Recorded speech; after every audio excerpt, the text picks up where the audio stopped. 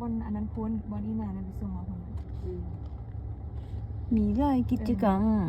ไปอีกจับเพิ่นไปอีก มีรถจักรให้เซาเขาก็เป็นตาเซาอยู่ว่าจูอยู่เนี่ย ไม่มีปะ บ่มียังไง ก็ยามมี น่ะ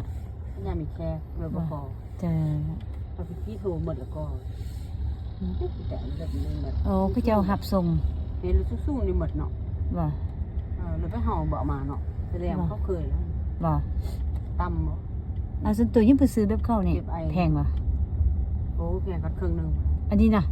แท้คันหนึงก็ได้สิ4-5,000 ดอลโรงแรมจีน ไอ ว่ะ หมด เอา เนาะ เขาเนี่ย มาไปซื้อ โอ้รถสูงๆก็ว่ารถสูงๆพี่อีดีกันบ่ทนกันบ่กูว่า